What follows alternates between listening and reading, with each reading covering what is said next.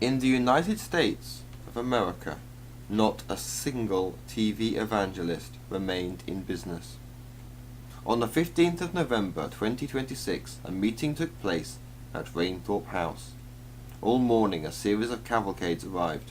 As each guest stepped into the grounds of Rainthorpe House, thousands of nuts nodded like crazy at them. The list of religious leaders present at the meeting was impressive. Effectively, the heads of what was left of every religion on earth gathered in a building on the outskirts of London that had been built to house the mentally ill.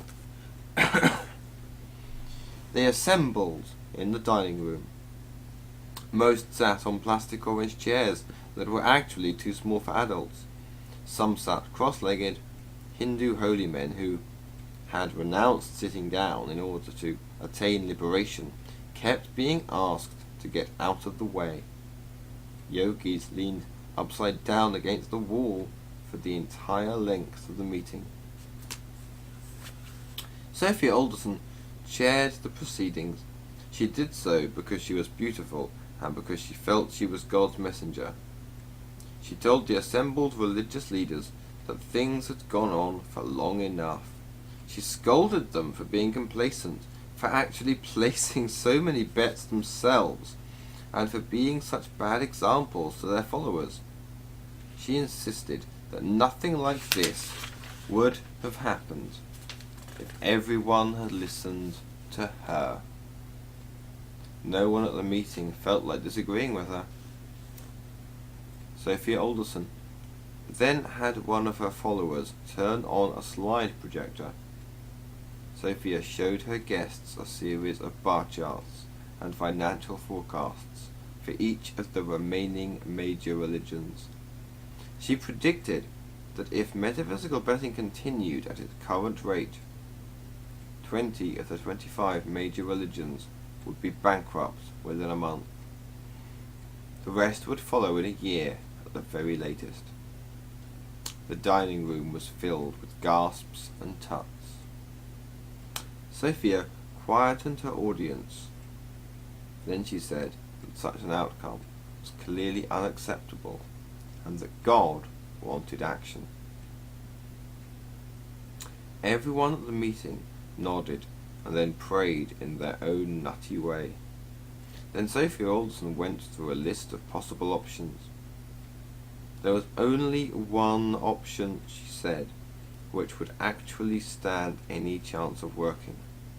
It was the option both she and the Virgin Mother favoured. A little while later, a press conference was held at the gates of Rainthorpe House. The four popes read out a statement together on behalf of all those present at the meeting.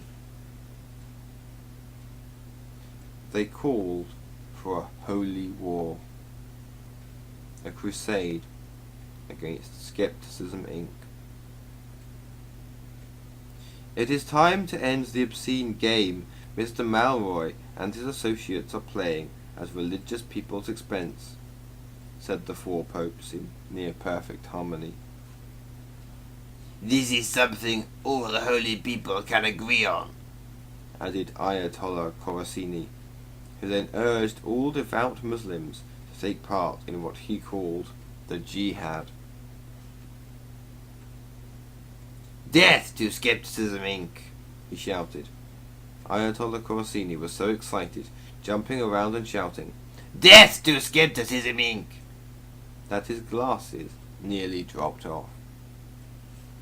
After Ayatollah Khorassini's performance, the rest of the hundreds of religious leaders who had attended Sophia's meeting told reporters they were 100% behind the crusade.